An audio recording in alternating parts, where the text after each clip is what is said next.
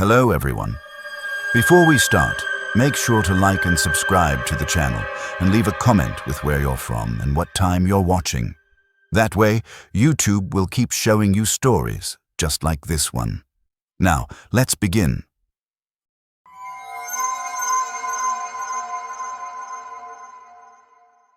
I signed on for seasonal work with West Virginia's State Preservation Program back in the fall of 2019. It was supposed to be simple, straightforward trail maintenance deep in the backwoods near Covington County. Nothing glamorous, just clearing brush, documenting erosion patterns, and marking boundary lines in sections of forest that hadn't seen human footsteps in decades. The coordinator handed out assignments on our first day, dividing the territory into 6 zones labeled A through F. I got Section D, which everyone else seemed relieved to avoid. It was the roughest section, according to the maps, overgrown and remote with no paved access roads anywhere near it. Just a tangled mess of old mining paths carved into the hillside back when horses still hauled coal carts through those mountains. Honestly, I didn't mind the isolation at all. I've always preferred working alone, away from the noise and politics that come with crew work. There were 6 of us contractors in total, each assigned our own zone to cover over the course of 3 months. We were issued standard safety gear, digital recorders for logging observations, and handheld radios with a mandatory check-in schedule 3 times daily. My section didn't have any cell service whatsoever, barely even had what you could call a trail. I had to hike in from the south side every morning and follow a series of faded orange flags that some surveyor had strung up years ago, probably forgotten about ever since. The first couple of days went exactly as expected. I cleared tangled brush from old trail markers, documented fresh erosion along the slopes, and recorded my observations into the little handheld device they'd given me. By the 3rd day, I was starting to feel comfortable with the layout of Section D. I knew which paths were stable, which ones required careful footing, and where the deer trails intersected with the human-made routes. There was a rhythm to it that I found calming, almost meditative. The woods were always dead quiet out there, no bird song, no insect hum, just the sound of my boots crunching through leaves and my own breathing echoing back at me. Everything changed on the 4th day. I arrived at the trailhead early that morning, well before the sun had fully cleared the ridgeline. I wanted to reach an old clearing that had been logged in the records as the site of a collapsed boundary marker, supposedly dating back to the early 1900s. It took me close to 45 minutes just to hike in, twisting through thick ferns and scrambling over downed timber. Some of the switchbacks were barely holding together, crumbling at the edges where erosion had eaten away at the compacted dirt. Once I finally reached the clearing, I set my pack down beside the first marker and got to work. The marker itself had slid halfway out of the slope over the decades, but the top half still had some faint inscription left on it. I cleaned the dirt away from the engraved letters, snapped a few reference photos with my camera, and logged a detailed note into my recorder. Everything felt routine, almost boring. The air was still and heavy, and I remember thinking how unusually quiet it was even for that section of the woods. No wind rustling the leaves. No distant sounds of animals moving through the underbrush. Just absolute silence pressing in from all sides. Then I stood up to stretch my back, and something at the top of the slope caught my eye. Maybe 20 or 25 yards away, there was a wooden stake sticking out of the ground. It was crooked and thin, definitely not part of any official state marker I'd seen before. And tied to the top of it was a strip of red cloth. Looked like an old bandana, frayed and soaked through like it had been left out in the rain for weeks. That stake hadn't been there the day before. I was certain of it. I'd walked this exact route, documented this exact clearing, and there had been nothing on that slope except dirt and dead leaves. I reached for my radio instinctively, planning to call it in and document the anomaly. All I got was static. I checked my watch and realized it was still about 20 minutes until the scheduled check-in time, so I figured I'd log it manually instead. I grabbed my recorder, left my pack sitting by the exposed marker, and climbed up the slope to take a closer look at the strange stake. The cloth was deeply unsettling up close. It looked old and weathered, but it was also soaking wet. Not just damp from morning dew, but drenched, like it had been buried underground and recently pulled up.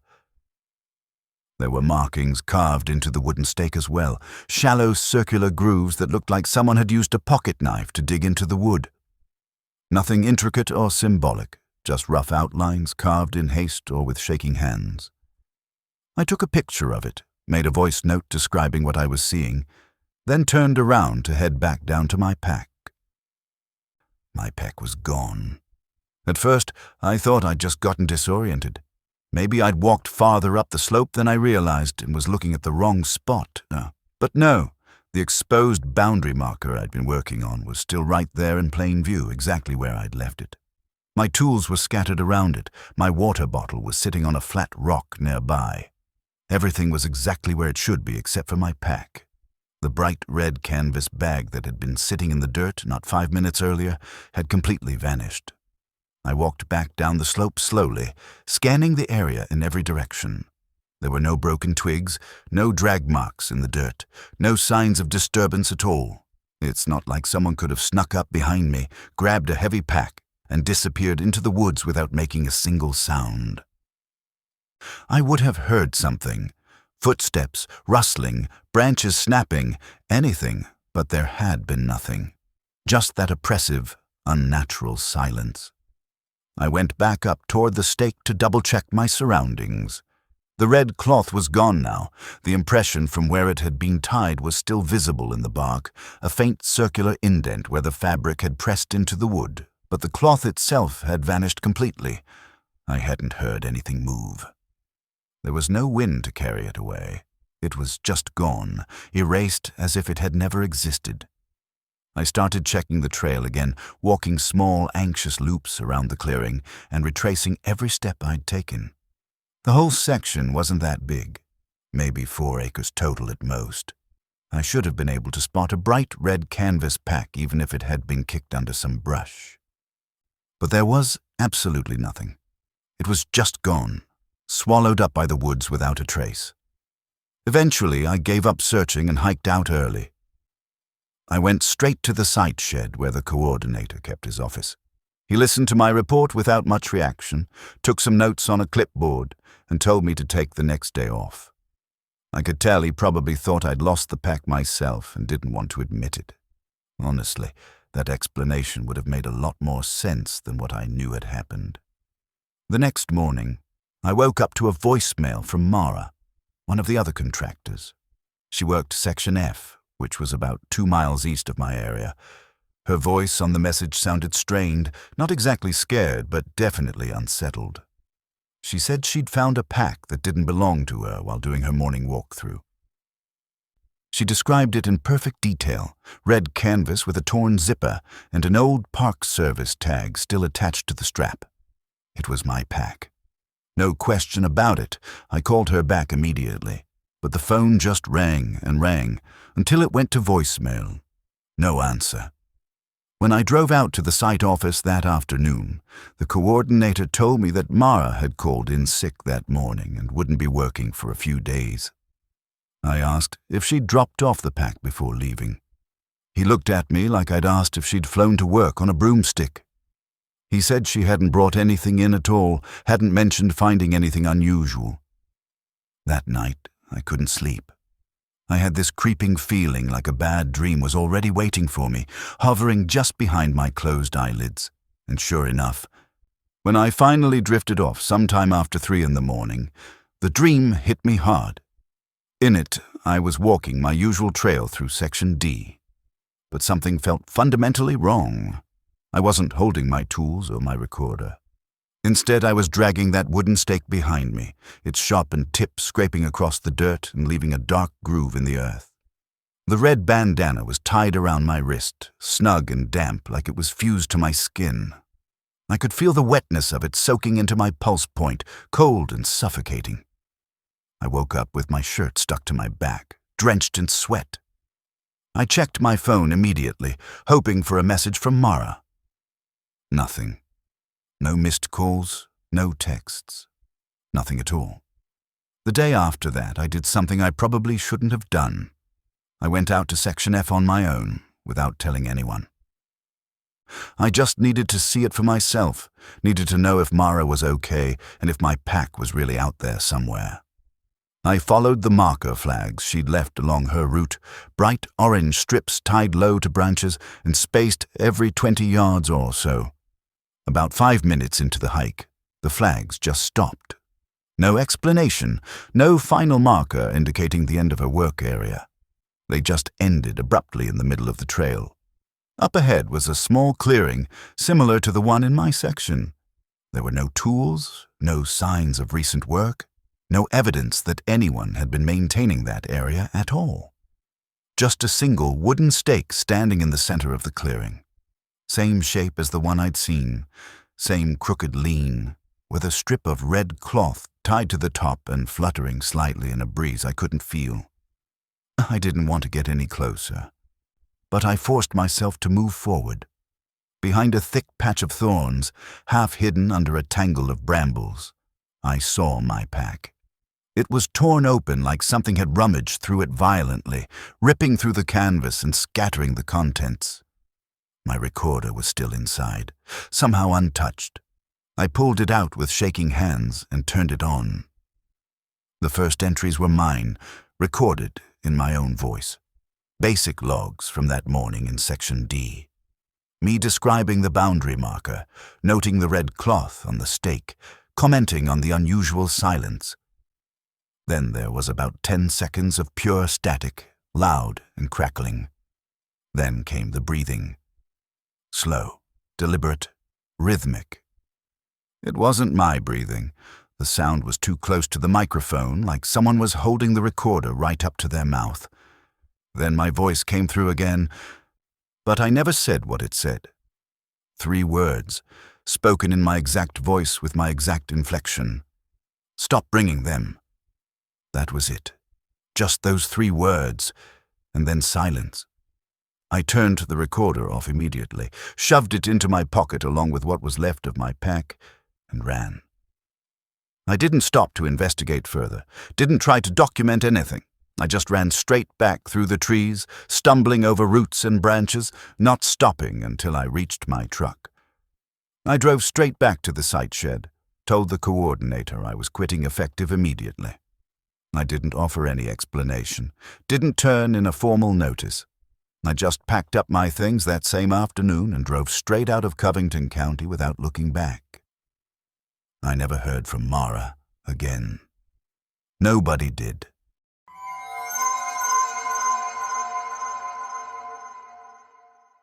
The job at Braeburn Mining Museum sounded like an absolute dream when I first got hired. Night security, solo shift, decent hourly pay. The guy who used to cover the position had just retired after working there for nearly 15 years, and the museum brought in a contractor to replace him. That contractor hired me. My responsibilities were straightforward and minimal.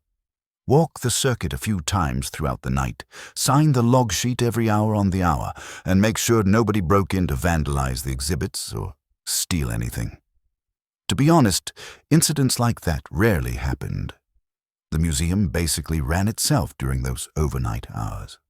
The building itself used to be an active coal processing center back in the 1950s, one of the larger operations in that part of West Virginia. Most of it had been cleaned up and converted into walkable exhibit spaces with historical placards, carefully posed mannequins in period clothing, and displays of old mining equipment. There was a freight elevator that ran all the way down to the basement archive level, where they stored overflow documents, photographs, and artifacts that didn't fit in the main exhibits. That area was technically off-limits unless you had a very specific reason to be down there. Curators with special access, maintenance staff responding to emergencies, maybe an electrician if something broke.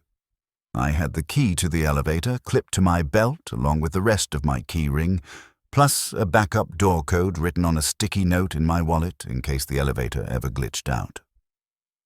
but I wasn't supposed to use any of it unless something was actively on fire or falling apart. My supervisor literally told me during my first training shift, "Don't mess with the basement unless something breaks or catches fire. Just stay upstairs and do your rounds."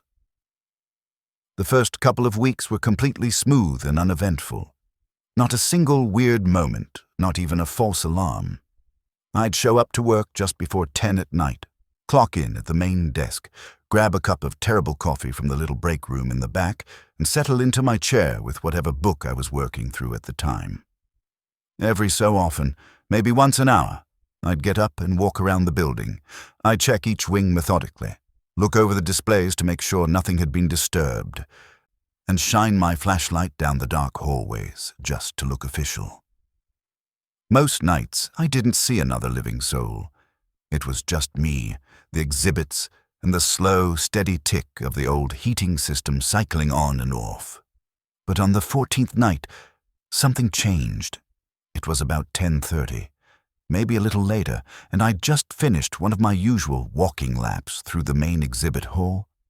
I was settling back into my chair behind the front desk when I heard this strange scraping sound coming from the back exhibit area. It was metallic and low-pitched, not super loud, but sharp enough to cut through the silence and grab my attention immediately. It sounded exactly like someone dragging a heavy metal pipe slowly across a concrete floor. I figured maybe something had fallen off one of the display shelves. There were a lot of loose items back there, old tools and equipment that weren't always secured properly. Or maybe it was just a rat. The building was old, after all, and I'd seen evidence of rodents before. I grabbed my flashlight and headed toward the back exhibit to investigate. By the time I got there, everything was completely silent again. All the mannequins were exactly where they were supposed to be, frozen mid-swing with rusted pickaxes in their hands. The old mining cart was still sitting on its short section of decorative rail. Nothing looked out of place or disturbed. I was just about to turn around and head back to the front desk when it happened again. Another scrape, this one noticeably louder, and it was coming from behind the sealed double doors that led to the old freight tunnel. That tunnel had been sealed off long before I ever started working there. It collapsed back in the late 70s from what I'd heard, some kind of structural failure that trapped part of the underground network. There was even a commemorative plaque mounted near the doors that mentioned the cave-in and explained how the museum had preserved the site for historical context. Nobody went in. Nobody came out. The doors were permanently locked, bolted from the inside, and marked with faded warning tape.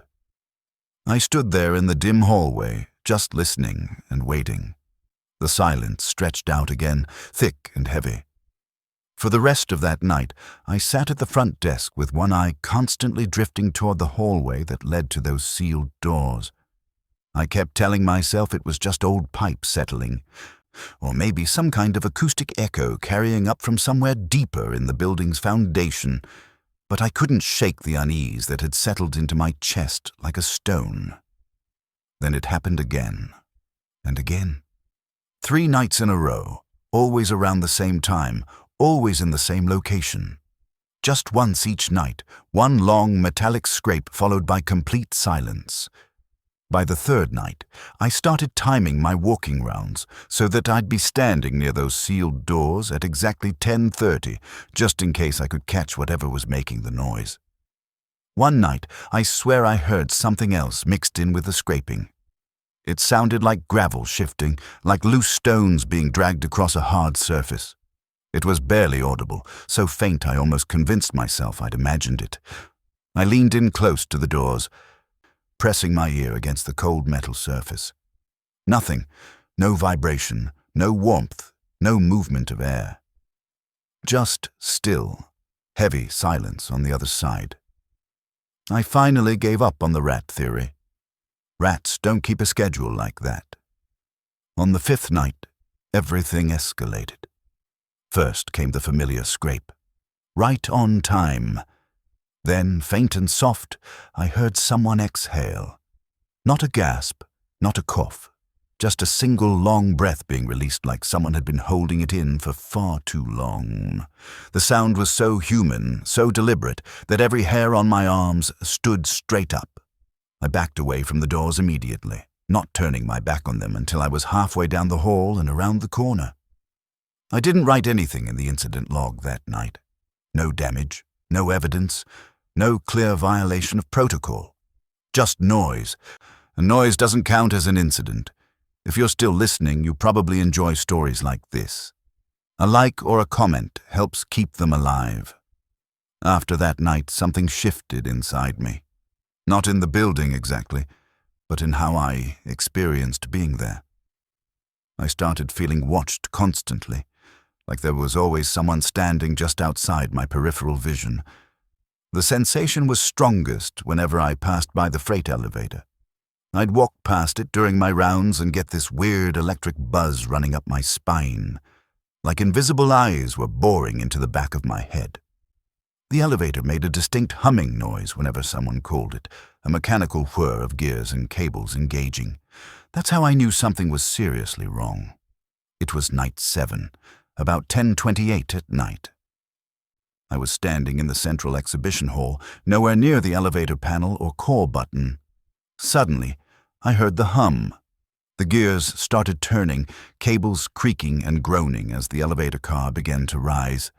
Then came the heavy thunk as it stopped on my floor. I walked over to it slowly, my flashlight beam cutting through the dim hallway. The doors were still shut, but I could hear something on the other side. A faint shuffling sound, like fabric dragging across metal. I swiped my security key through the panel and hit the button to open the doors. Nobody was inside. The elevator car was completely empty. But there, in the thin layer of dust that had accumulated on the floor, was a single footprint.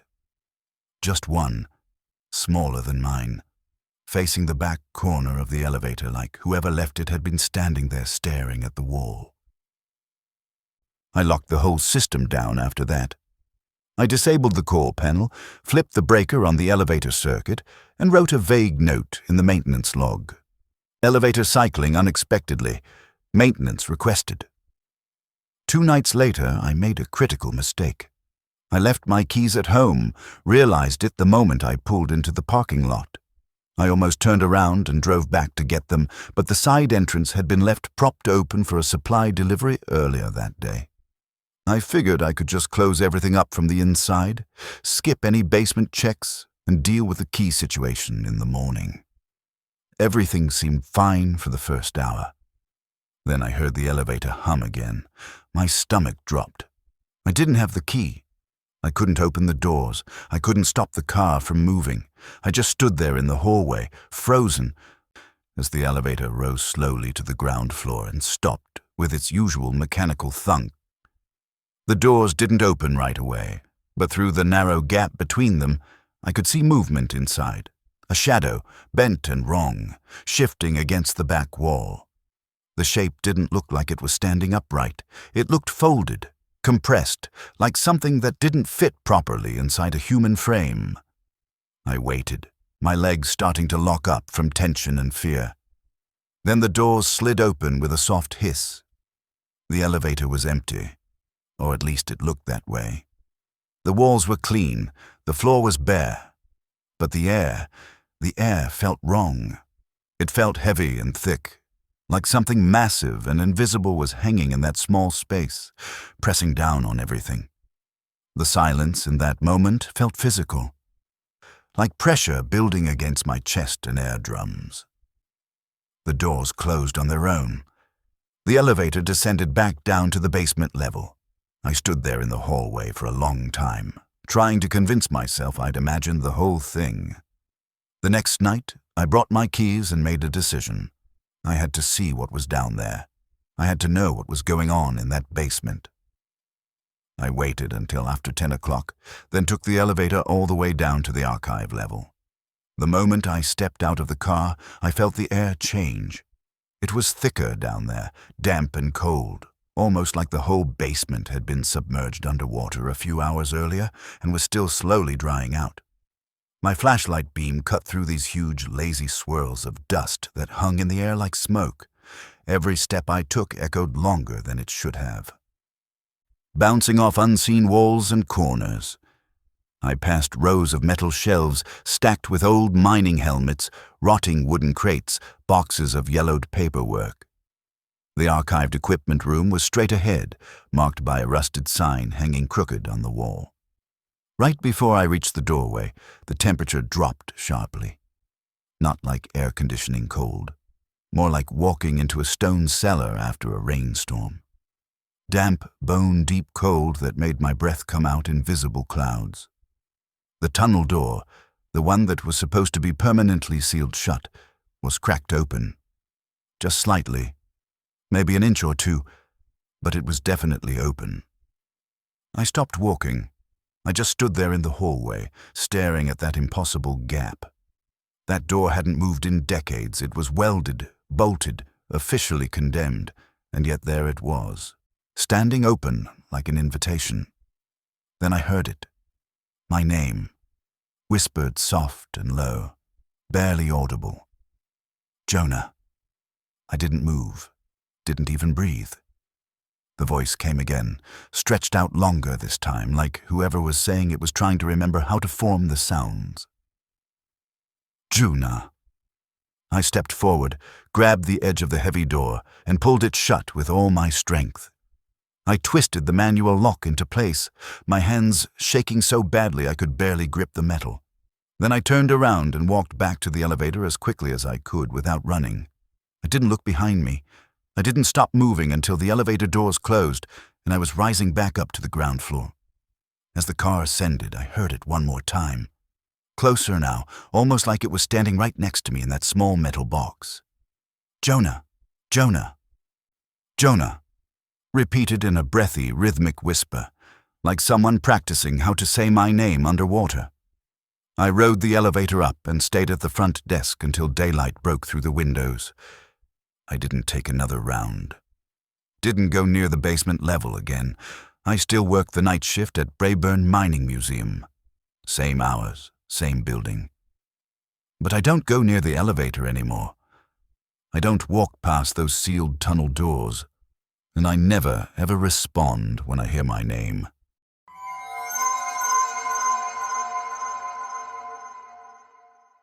My cousin Micah called me up one afternoon in early September, excited and a little overwhelmed. He'd just bought this old triplex in a small, quiet place called Fulton Ridge, not far from Elkins, West Virginia. The building sat on a slope just off a narrow back road, kind of half sunken into the hillside in that way old mountain structures tend to settle over time. It was a 3-story setup with identical units stacked vertically, each one sharing the same basic layout. Kitchen and living room in the front, 2 small bedrooms in the back, and a cramped bathroom tucked between them. The top unit, the 3rd floor, hadn't been touched or occupied in years. Micah had already hired contractors to handle the major renovations. New HVAC system, updated plumbing, gutters cleaned and reinforced. But he still needed help with all the smaller finishing work. Painting the walls, fixing broken cabinet doors, reinforcing loose floorboards, maybe even reinstalling a doorbell if I was feeling particularly generous. He said if I came up and stayed for a few days, he'd cover my gas and I could crash in the 3rd floor unit while I worked. He'd even stocked the fridge with some basic groceries for me. Microwave burritos, a loaf of bread, and a 6-pack of cheap beer. I figured, why not? I was between projects at the time, picking up odd jobs here and there, but nothing steady. The idea of getting away from my noisy apartment complex for a few quiet days of simple manual labor actually sounded kind of relaxing, almost like a vacation. The 3rd floor unit had electricity running, but the water service wasn't hooked up yet. There was also barely any cell signal unless you stood at one very specific angle near the living room window and held your phone up like you were trying to summon a satellite. But despite those inconveniences, it was peaceful. Just me, my tools, and the slow, rhythmic tick of an old analog thermostat clicking on and off. The first 2 days went smoothly. I fixed a sagging kitchen drawer that had come off its track, sanded down the rough patches on the bathroom walls, and started applying the first coat of primer in the smaller bedroom. I'd usually work until about 10 at night, heat up something quick in the microwave, and then crash on the couch with a podcast I'd pre-downloaded on my phone. Nothing creepy or unsettling, just me being productive in a quiet old building. Then came the third night. It was a little after midnight when I heard it for the first time. I was half asleep on the couch, wrapped up in an old blanket I'd found in the closet, when this soft, dull knocking sound pulled me back to full consciousness. It wasn't coming from the hallway or the stairwell above me. It was coming from below. Slow and rhythmic, 3 deliberate knocks. A few seconds of total silence. Then 3 more knocks, identical in volume and spacing. At first, I told myself it was just the building settling. Old structures like this are full of odd noises, weird acoustics, drafts moving through hidden gaps in the walls. Maybe something had shifted on the roof, a loose gutter or a tree branch scraping against the siding in the wind. I waited it out, listening carefully. Nothing else happened for the rest of the night. Still, the sound stuck in my head. It bothered me in a way I couldn't quite articulate. The next morning, I mentioned it to Micah while we were unloading some supplies from his truck. He just laughed it off and said, "Dude, that place is always creaking and popping. I swear the whole building's got arthritis or something." Then he added, almost as an afterthought, that the attic access door sometimes jammed. He explained that the last tenants in the 3rd floor unit had used the attic space for storage, but nobody had been up there in years. The ladder was old, and the hatch didn't always latch properly. I asked him if the attic was locked. He scratched the back of his head and said, "It should be, but honestly, sometimes the latch doesn't catch all the way. Might swing open on its own if there's a draft." That explanation made me pause. Back inside the unit, I took a better look at the ceiling in the narrow hallway. Sure enough, there was a pull-down attic door positioned directly above the coat closet, the kind with a rope loop dangling down that you tug on to release the folding ladder. I didn't open it right then, but I did move a chair underneath it, partly out of curiosity, partly to keep an eye on it. That evening, I was back in the bedroom working on the trim around the window frame when the lights flickered. Not just a brief dimming like you'd expect from a power surge, but a full on and off blink. 3 times in a row, perfectly spaced. Exactly 3 blinks. Then the lights returned to normal, steady and bright, like nothing had happened at all. I stood there with my paintbrush held in mid-air, trying to decide whether I'd imagined it or if the wiring in this old building was worse than Micah had let on. Then I heard the footsteps. Right above me, directly overhead, not fast or heavy, just slow and deliberate. 1 step, a pause, another step. The sound moved across the ceiling from one side of the room to the other, then stopped. Then came the knocking again. Same pattern as before. 3 slow, measured hits against something solid. Silence. Then 3 more. That was enough for me. I set down my brush, grabbed my flashlight from the toolbox, and walked out into the hallway. I reached up and pulled the attic cord, letting the folding ladder unfold with a loud creak. The hinges were stiff, joints protesting like they hadn't moved in years. I climbed up slowly, just far enough to poke my head through the opening and sweep my flashlight beam around the attic space. Nothing. The attic was completely empty. No boxes, no old furniture, not even any insulation. Just bare wooden beams and a thick layer of undisturbed dust covering every surface. But in the center of the floor, the dust was disturbed. Not with footprints exactly, but with these long, dragged smudges. Like someone had sat down in the middle of the attic and slowly scooted backward across the boards, dragging their heels through the dust. That image lodged itself deep in my brain and wouldn't let go. I climbed back down, folded the ladder back up, and spent the rest of the night on the couch with all the lights on. I didn't sleep at all. I just sat there with my ears tuned to every creak and pop from the ceiling. waiting for something else to happen. In the morning, I told Micah I'd stick around to finish the work I'd started, but I was only working during daylight hours from now on. No more overnight shifts in that unit. Around 4 that afternoon, I was reorganizing my toolbox in the kitchen when I heard footsteps again. This time, they were in the hallway, not overhead. Just regular walking sounds, steady and unhurried. I figured maybe Micah had come back early, or one of the contractors had stopped by to drop something off without knocking first. I walked over and opened the front door, expecting to see someone standing there. The hallway was empty. Completely deserted. I checked the stairwell leading down to the lower floors. The front door to the building was still locked from the inside, deadbolt engaged. Nobody had come in or out. I started moving from room to room, calling out just in case someone was playing a prank or had gotten confused about which unit they were supposed to be in. All the rooms looked exactly as I'd left them, untouched and empty. Until I got to the bathroom. There, on the mirror above the sink, were 2 long, smeared handprints. Oily, cloudy streaks running from about eye level all the way down to the countertop. Like someone had pressed their palms flat against the glass and slowly dragged them downward, fingers splayed. I stood there staring at those handprints for a long time, my stomach doing that slow, uneasy flip that tells you something is very, very wrong. I didn't wipe them off. I didn't touch the mirror at all. I just backed out of the bathroom and closed the door. That night, Micah came by to help me pack up the heavier equipment and tools.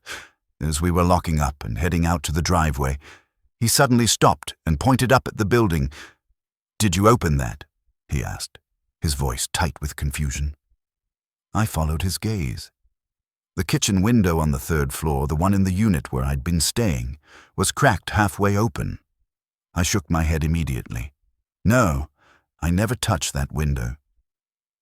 The windows in that building were old and stubborn, the kind that required serious force to move.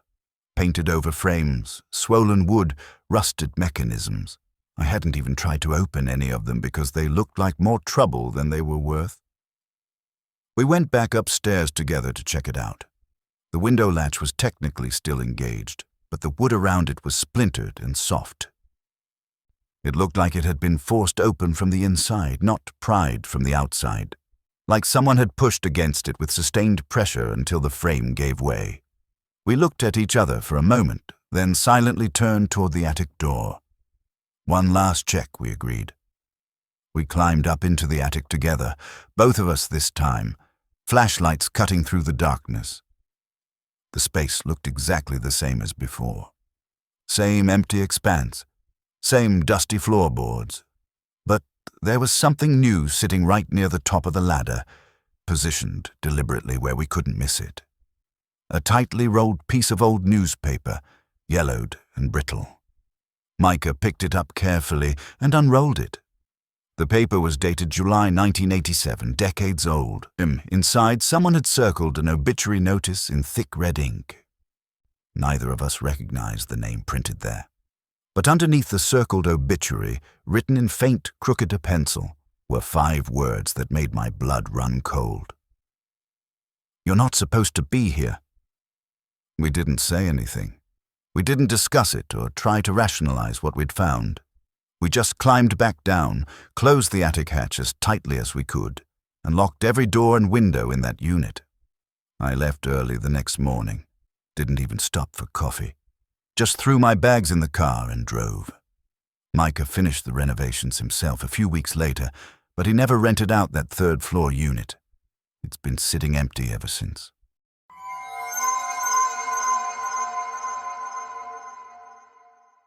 My shift at the reclamation office started at 7 in the morning, and I was already sorting through intake logs when the first odd entry appeared on my screen.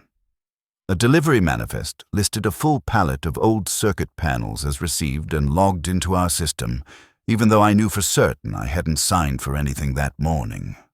I was the only one working intake that early, and I would have remembered processing a delivery that size. I even walked out to the yard myself to double-check, thinking maybe it had been dropped off before I clocked in. Nothing was there. The yard was empty except for the usual piles of scrap metal and sorted materials. I'd only been working at that reclamation facility for a few weeks. It was a contract position, nothing permanent or career-oriented, but it was decent money with steady hours and a quiet work environment. I liked quiet. The office itself sat at the edge of Rivermont's old industrial strip, tucked between a large recycling center and a defunct textile plant that had been shuttered for years. The whole area had this abandoned, forgotten feeling to it, like time had moved on and left these buildings behind. When that phantom delivery entry popped up in my log, it definitely caught me off guard. I double-checked everything I could think of. Dates, timestamps, electronic sign-off records. Nothing matched up properly. It looked exactly like someone had physically delivered that pallet, scanned it into our inventory system with all the proper codes, and then made both the pallet and themselves vanish into thin air. I logged the discrepancy in my notes and tried to move on with my day. It was weird, sure, but not completely unexplainable.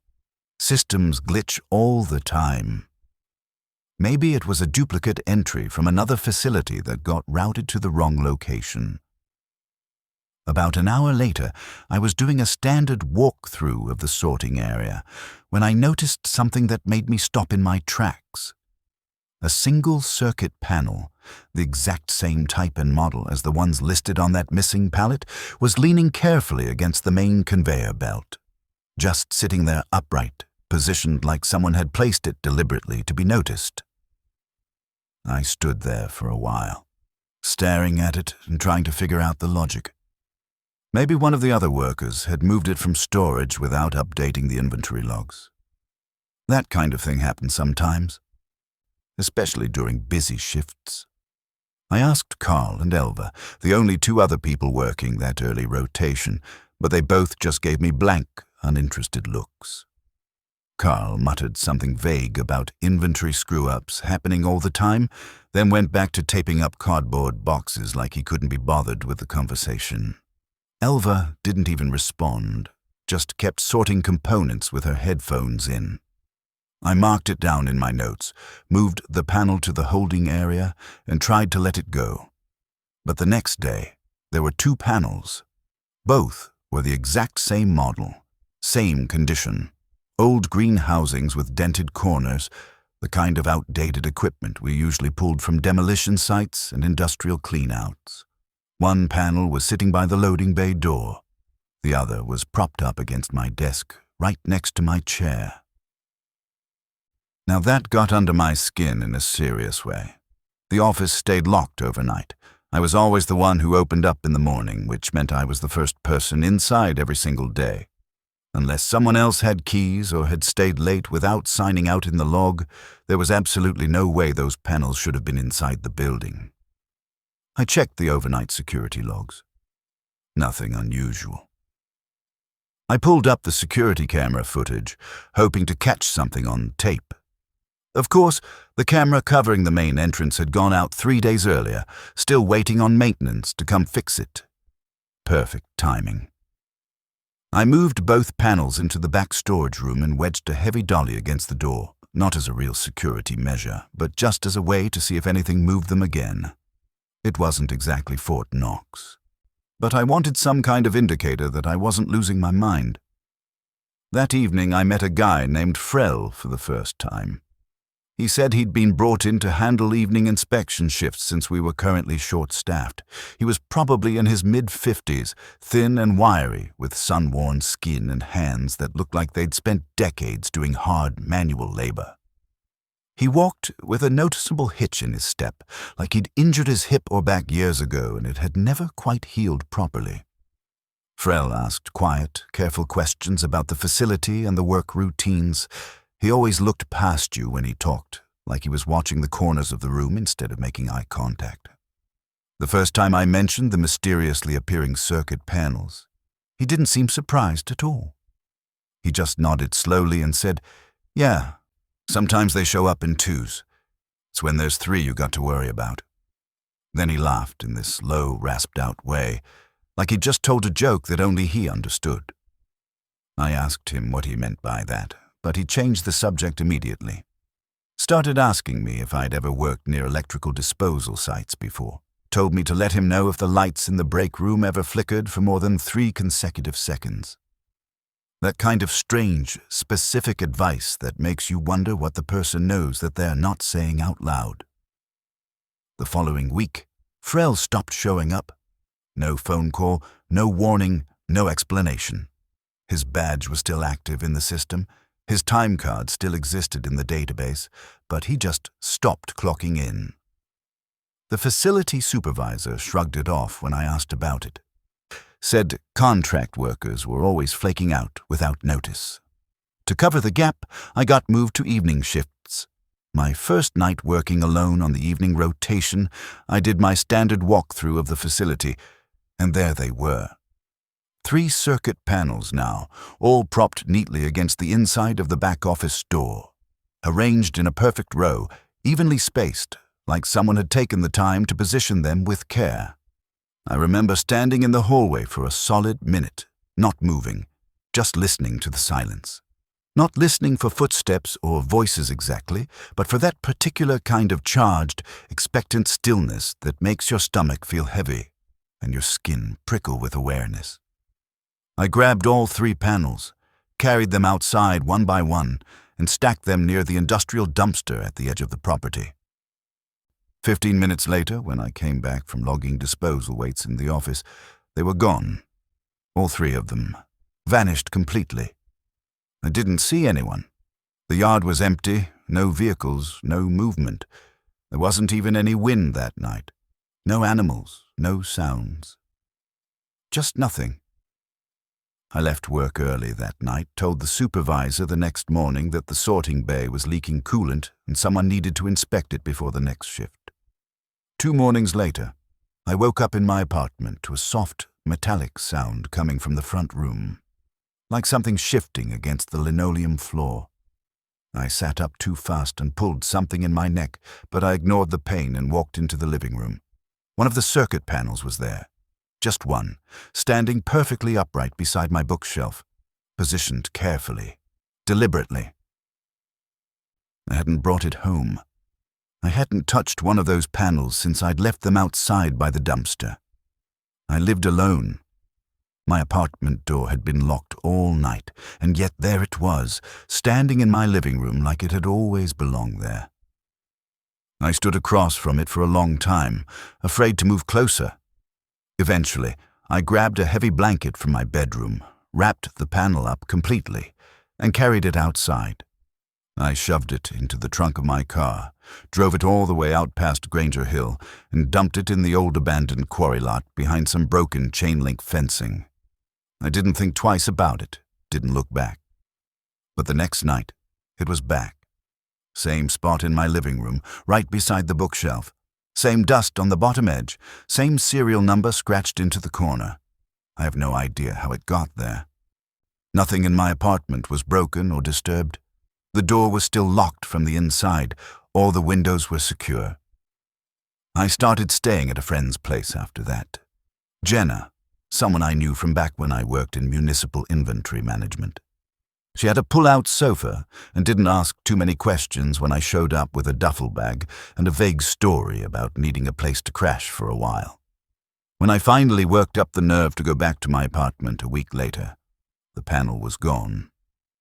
But there were 3 small, deep indentations in the vinyl floor where it had been standing, pressed down like it had been sitting there under immense weight for days. That's when I completely stopped sleeping properly. I tried burning one of them once, out of desperation and frustration.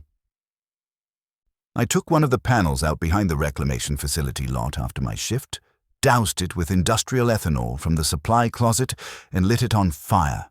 It burned, or at least the plastic casing did, melted and smoked and gave off this horrible toxic stench. I watched until there was nothing left but warped metal and ash. But the next morning, when I pulled into the parking lot for work, a matching panel was waiting at my station. Brand new casing, no burn marks, no damage.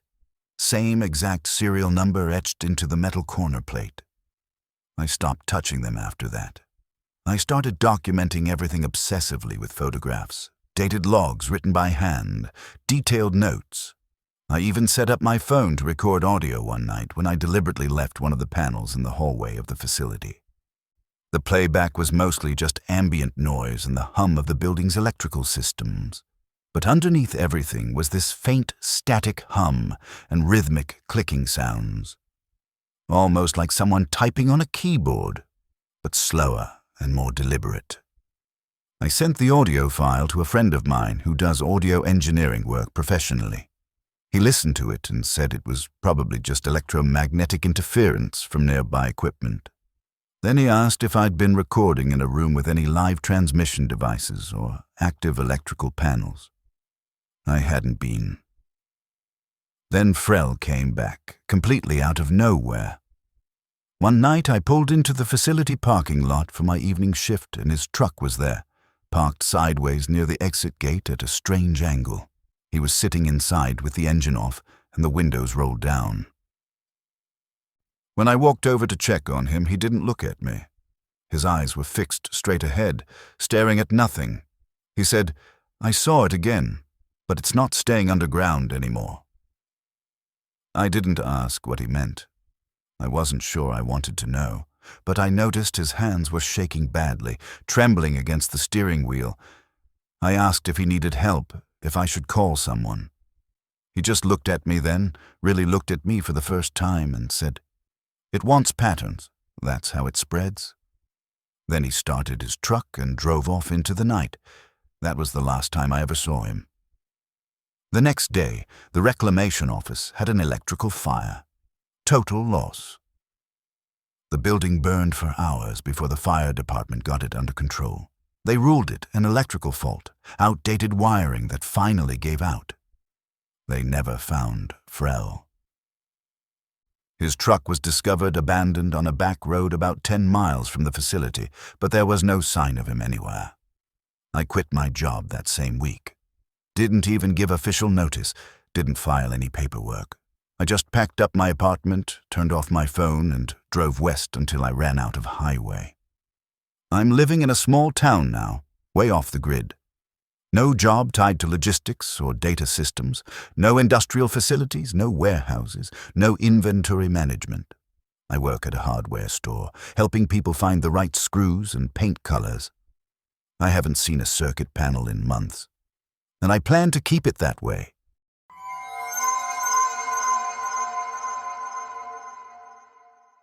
I was clearing out overgrown brush on an old unmapped trail behind Bramble Creek when I first noticed the stones. I'd been doing seasonal work with the Cedar Hollow Trails Department for a couple of years by that point, mostly maintenance and route marking in the more remote sections of the state forest. That particular ridge section hadn't been maintained or even officially documented in years, maybe decades. It wasn't on any of the current trail maps we used, wasn't marked on the GPS units we carried. I only stumbled across it because a severe windstorm had knocked over several large trees across one of the main hiking routes, and I was bushwhacking around trying to find a safe detour for visitors. That's when I came across the path, overgrown and barely visible, but definitely man-made at some point. And at the end of it, arranged in 2 precise rows, were the stones. 15 of them total that first time I counted, each one roughly the same size, maybe a foot tall and half as wide. Smooth river stones, not the jagged shale you usually find scattered around that area. And driven into the top of each stone was a single iron nail. Some of the nails looked relatively new, still holding a dull metallic sheen. Others were ancient, crusted over with thick layers of rust that had spread across the surface of the stone in dark, bleeding halos. The arrangement was too precise to be accidental. The stones were spaced exactly the same distance apart, positioned in perfectly straight lines. Someone had placed them there deliberately. Someone had taken the time and effort to hammer nails into solid rock. But there were no names carved into the stones, no dates, no inscriptions of any kind, just stones and nails, silent and unexplained. Later that day, when I mentioned the old ridge trail to my supervisor, Karen, back at the department office, she got this strange look on her face. Not angry, exactly, but uncomfortable, like I'd brought up something she'd hoped would stay forgotten. "You mean the East Fork Trail?" she asked carefully. "That section's been officially closed off since before I started working here. Way too dangerous. Dead trees everywhere, old sinkholes, unstable ground. Don't go messing around up there." She said it casually enough, but there was a weird edge to her voice, like she wasn't just talking about safety regulations, but something else she didn't want to discuss. I let the subject drop. Didn't mention the stone markers at all. But I couldn't stop thinking about them. That whole week, those stones occupied the back of my mind constantly. They weren't random, I was certain of that. 15 stones, each one marked with a nail driven so deep into the rock, I couldn't imagine how someone had done it without shattering the stone completely. What was the purpose? Who had put them there, and why? So, like an idiot, I went back. After work one evening, I hiked in from the south approach where there weren't any warning signs or official barriers marking the trail as closed. I climbed the steep slope, ducked under the same deadfall I'd passed before, and found the stones exactly where I'd left them. This time I looked more carefully. Some of the nails definitely looked newer than others. A few were driven so impossibly deep into the stone that I couldn't see how anyone could have accomplished it without specialized tools. Others were older, the iron corroded and spreading outward in faint rust patterns, but not a single one of them looked accidental or random. It was deliberate, methodical, every single inch of it. I stood there for a while, trying to puzzle it out. My best guess was maybe an old forgotten pet cemetery, or perhaps one of those informal mountain family burial plots that never got recorded in official county records. But even those usually had some kind of marker, a cross, initials carved into wood, something to indicate who was buried there. This had nothing but nails and stone. I should have told someone. Should have at least mentioned it to Ray, one of the veteran workers who'd been with the Trails Department for over 20 years. He knew the history of this area better than anyone, but I didn't say anything. That was my mistake. The third time I went back, maybe 5 or 6 days later, there was a new stone. Same shape, same size, same iron nail driven into the top.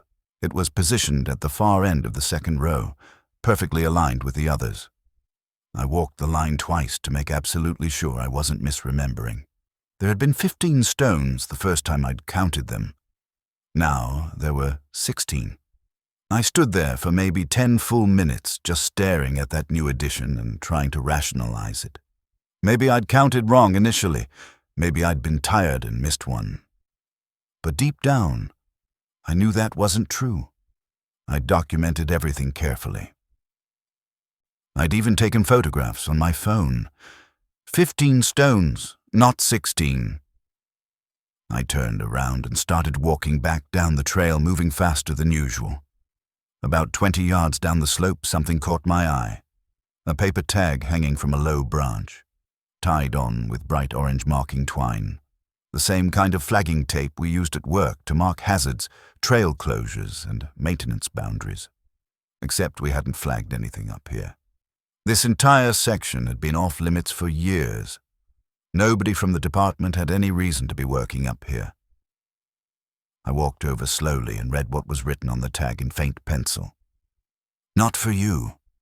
I stood there, holding the tag in my hand, my heart hammering in my chest. I wasn't sure what to do with it. Part of me wanted to rip it down and take it with me as evidence, but another part of me felt like that would be a very bad idea, like removing it would be crossing some invisible line I didn't understand. I left it hanging there and hiked back down to my truck. I didn't mention any of this at work the next day or the day after that. I tried to focus on my regular assignments, tried to convince myself it was just some weird local tradition or an art project I didn't understand. On Friday afternoon, I took a longer lunch break and drove out to the little town of Oaklow to grab a burger from the diner there. I parked in the shade, ate in my truck, just trying to clear my head and forget about the stones for a while. When I came back out to my truck maybe 45 minutes later, there was a tag under my windshield wiper. Same kind of paper, same handwriting, same orange marking twine. Don't remove the nails. That one actually made me feel lightheaded for a second. I just stood there in the parking lot, holding this scrap of paper and trying to process what it meant. I hadn't touched a single nail. I'd barely even gone near the stones. Someone was watching me. Someone knew I'd been going back to that trail. That night, I waited until everyone was closing up the Trails Department shop and casually brought up the old East Fork section to Ray. He was packing up chainsaws and equipment into the storage shed when I mentioned it. "You been out there?" he asked without looking at me. I shrugged, trying to sound casual. "Just wandered past it once. Thought I saw some old markers or something." That's when he finally looked up at me. Really looked at me. "You kick any of them over?" "No," I said quickly. "Didn't touch anything." He nodded once, slowly, like he wasn't entirely convinced but wasn't going to argue about it. "You don't want to find the grave that's not buried," he said quietly, "because if you do, you won't come back the same. Might not come back at all." He said it like he was stating a simple fact, not trying to scare me or be dramatic, just delivering information. "You're not from around here, right?" he asked. I shook my head. "Then stop acting like you are." That night back at my rental cabin, I kept all the blinds closed and double-checked every lock. I lived alone way out on a gravel road, pretty isolated from any neighbors. Around 2 in the morning, I heard soft tapping at the kitchen window. Not constant or aggressive, just slow and uneven, like someone lightly knocking with a knuckle, testing to see if anyone was home. I stood on the other side of the kitchen wall, frozen, just listening to that soft tap, tap, tap against the glass. When I finally worked up the courage, I grabbed my flashlight and went outside to check. Nobody was there. No footprints in the dirt, no signs of anyone having been near the house at all. But in the morning, there was another paper tag. This one was nailed to the edge of my porch railing. "You stepped too close." I didn't go to work on Monday. Just called in sick, didn't give a return date. That afternoon, Ray showed up at my cabin unannounced. No phone call, no warning. Just standing on my porch when I opened the door. "You need to take a drive," he said firmly. "Right now." He wouldn't explain what he meant, wouldn't answer any of my questions, just kept repeating the same thing. "It's worse if you ignore it. You need to leave." So I packed a bag, got in my truck and drove west without telling anyone where I was going. I ended up 2 counties over at a cheap roadside motel off Route 60, paid cash for a week, and stayed in my room with the door locked and the curtains drawn. I never went back to Cedar Hollow, never finished my contract with the Trails Department. I found work in a completely different part of the state doing landscaping for a golf course, nothing involving remote trails or forest maintenance. I don't know what those stones were. I don't know who was leaving me those warnings, or what would have happened if I'd ignored them, but I know I stepped too close to something I wasn't meant to find, and I'm not going back to find out what it was. Some say it ended that night. But I still check my mirrors more than I should. I still avoid empty trails and unmarked roads, and I never, ever ignore a warning when it's given. Thanks for listening. If you made it through the darkness, you're braver than I'm.